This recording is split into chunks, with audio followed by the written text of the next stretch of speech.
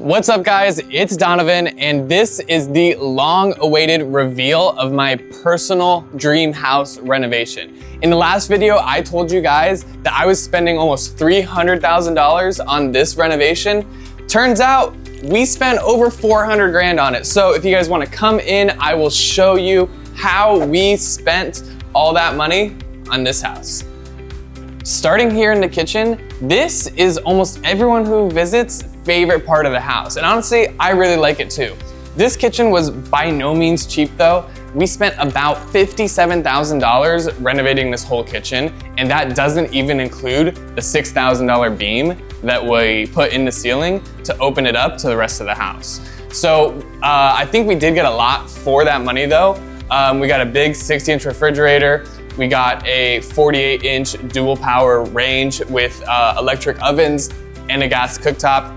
We got this hood. We got 3 layers of cabinets, a nice countertop with full backsplashes, waterfall edges, and the thick buildup for that really nice look. Ice maker, microwave, all the standard stuff that you would expect in a kitchen of this caliber. Coming into this laundry room, if you guys remember my previous videos, it was super long, super awkward, and just kind of like a weird space overall.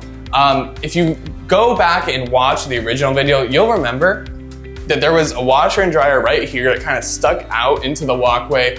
There were some cabinets over here, and there was almost nothing in this back room here. Now we have a washer and dryer setup. We have a countertop for folding in the middle.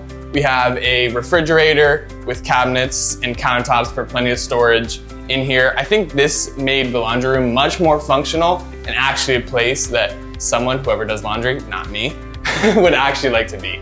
Walking back towards the other side of the house, I'm gonna show you guys the bedrooms and everything next. However, we do have to stop here at this little half bath, which if you guys remember in the previous video, we threw up a graphic on the screen of how it's gonna look. Well, this is how it turned out. We did shiplap on the walls. We did the nice ribbon oak tile behind the vanity as a backsplash. And we took it from floor to ceiling. So this is the bathroom for all the guests.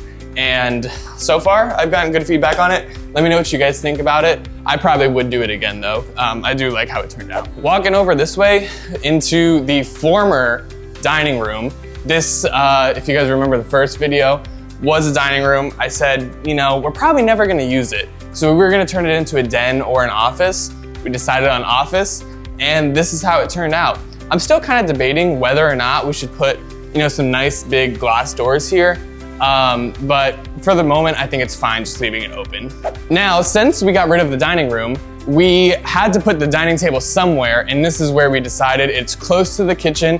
And now, since we don't have a big wall here, blocking off the kitchen to the living room, I think this makes sense. We also had the wall, bookcase, whatever it was here, we'll try to put a picture on the screen now, that was right in this area, taken out, so that we could have a fully open concept living area where you can watch TV from the kitchen if you'd like. We also had new surround sound installed throughout the house. There was an old system here before, but we completely revamped it. So there's speakers in the ceilings, in the bedrooms, outside. Definitely not a cheap system. I think it was about $18,000 all in between, you know, the equipment, speakers, labor to do everything. I think that included a TV though. So, you know, it's more expensive than I probably would have liked to pay, but I think it was worth it in the end.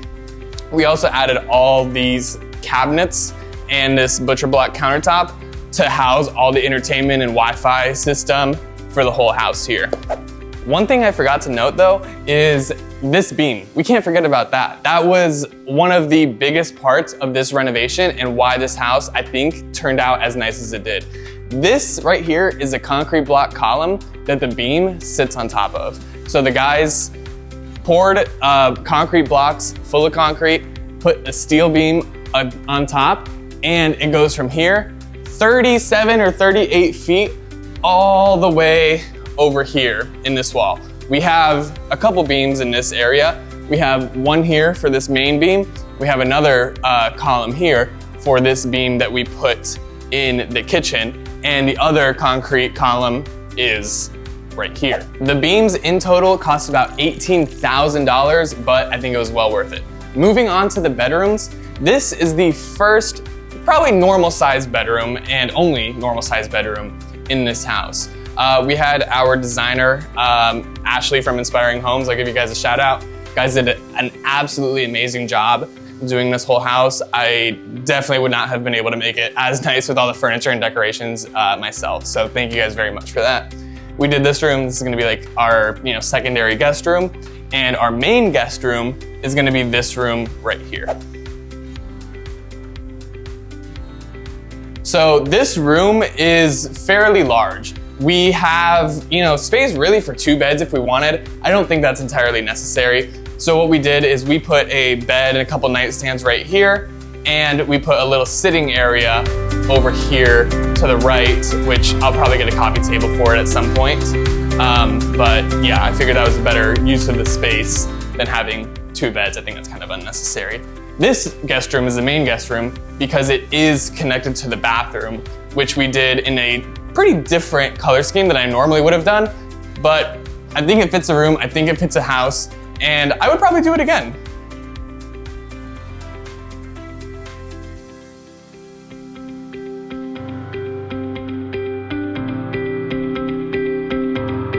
Moving on to the last of the guest bedrooms, we have this room over here, which, as you guys can tell, we are not using as a bedroom. We have this as kind of like a second living area, den type of situation. We have our blackjack table, even though I don't gamble, it is still fun to play cards with friends. We do have the speakers in the ceilings here, so if we want to play music in here, we can. Before we go to the master, we are gonna check out this bathroom right here, which a lot of people seemed to confuse for the master when I was showing them the house during the renovation. Now there are 2 sinks in here, large vanities, and in here we do have a fairly decent sized shower that we completely redid. And I don't know if you guys are gonna remember, but if you go back and watch the first video, this is that blue and white and gold shower right here. We actually bumped it this way a little bit, about a foot, so we could have a full-size shower in that bathroom. And it really didn't take away too much from this bathroom, so I'm very happy with this decision that we did to do that.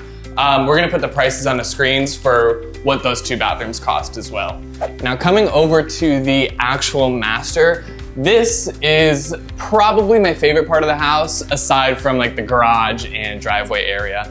This turned out super nice. We have plenty of room. We have enough room for a sitting area. We have the bed, and we have a little dresser over here, plus I don't know if you want to call it a bar area, because we just keep waters in here. But eventually I would like to do some type of nice backsplash or some type of painting or something here to make it look nice. But for the meantime, we have this bar area with the sconces on the wall. I think it turned out pretty nice. Now, walking into the master bathroom, which if you guys follow me on Instagram, you've already seen this. But honestly, I think it's really cool. One of my favorite parts of the house. We walk past our closets, which have not changed. Those are still the same original layout as they were before. However, this master bathroom has changed tremendously. If you guys remember this, before there was a wall right here where this glass is, and there was just a skinny little doorway here into this room, which was really just like an empty bonus room. There were 2 windows, about one right here, one over there, and there was a set of French doors on this wall. What we did is we said, hey, we can either make this a closet or we can make this a super cool shower. Figured we don't have that many clothes, so we decided on shower. Probably the more expensive option, actually without a doubt the more expensive option, but I think it turned out pretty cool. We have this big oversized tub. We have 2 shower heads with body sprayers and a handheld sprayer that you can adjust right here. We also decided to put the valves on this side of the wall so you can turn them on without getting soaking wet with cold water. Also, if you zoom in on these valves right here, they have preset temperature controls. So you can adjust this as your temperature, and then when you turn on the shower, it's gonna be the same temperature every time, so you don't have to mess with it whenever you get in the shower. I really like that. Maybe seems like it's overrated, but trust me, it's worth it.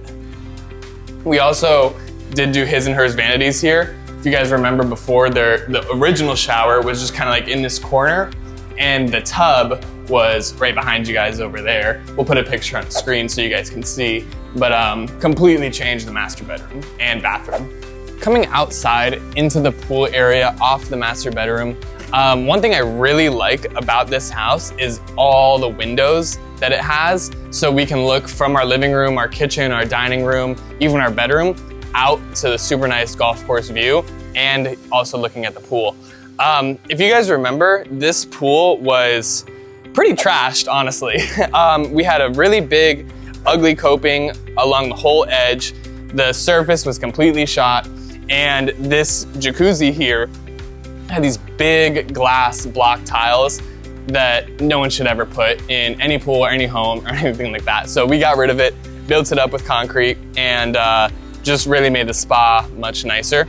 I mentioned this in the last video too, but we replaced every single screen in this screen enclosure.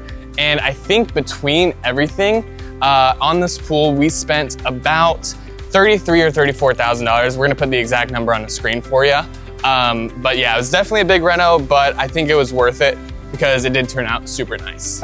So walking out to the pool equipment here, we did install this new privacy fence to hide all the pool equipment and the water softener and everything like that. This was all brand new pool equipment. I think it was about $13,000, including the heater, the pumps, all the boxes and everything like that. Definitely more than I wanted to spend. However, I don't think I will have to change this for a very long time. Hopefully I'll be in a new house by then.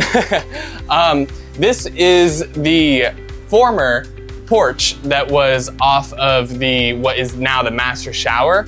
And we really didn't have anything good to do with it. So we were like, hey, you know, we might as well make it a little storage area for all the pool stuff. It's not very big, but it is tall, keep some floats in here. I keep a very short set of golf clubs in here as well. And I'll probably keep some other random stuff that we don't use all the time in here as well. But I think it was a good solution to what we were otherwise gonna do with this, which was just close it up. If you guys watched the first video, you will remember this little bathroom that the realtor actually forgot was even a part of this house, or she didn't know that it was a part of this house. It's pretty cool. This is like the, I guess, 5th bathroom. And this is what we use, you know, when we're in the pool. Don't want to track water through the whole house. That's what we use. Have a nice little outdoor shower here as well. I actually personally never used it, but I know some people have. So that's, I guess, what matters. Now, making our way over to the garage area, just ignore my little $50 Walmart grill. I promise we are gonna get a real grill and probably do an outdoor kitchen at some point, but for the time being, this is what we have, what we use it for. I think it fits just fine for now. If you guys remember, we did pour this concrete brand new, and we had this area over here for the garbage bins and everything. Very happy with how this turned out. Ignore all the junk. We're still moving some stuff in. But over here, this is where I keep all the toys. And this is probably my favorite part of the house. I feel like I've said that a few times, but I think this is actually my favorite part of the house. This is the garage and driveway area.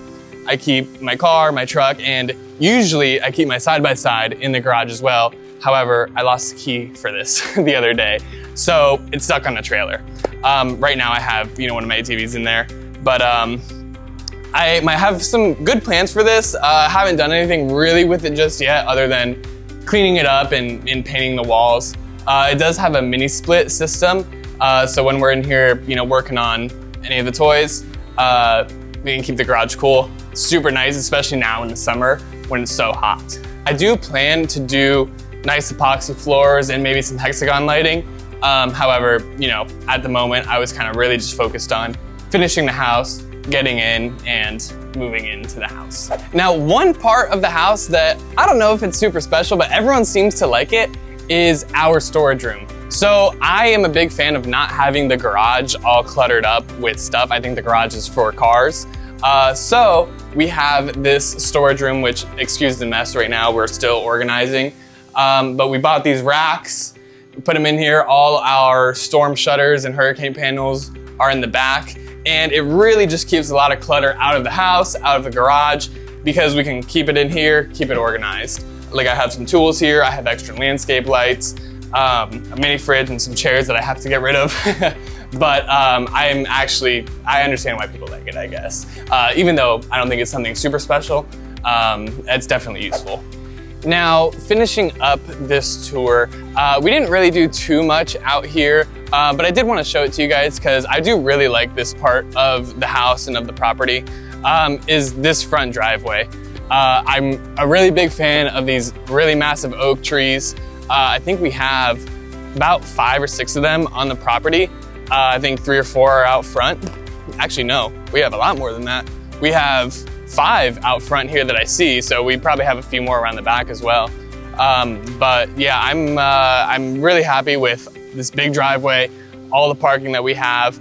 Like I said, didn't do too much. Kind of just did some landscaping in front by the house, put some lights down a driveway, and fixed some of the concrete spots that the dumpster guy cracked because he dragged a dumpster down a driveway. It's okay though, the guys were good about it. They came and fixed it, so it'll blend in over time.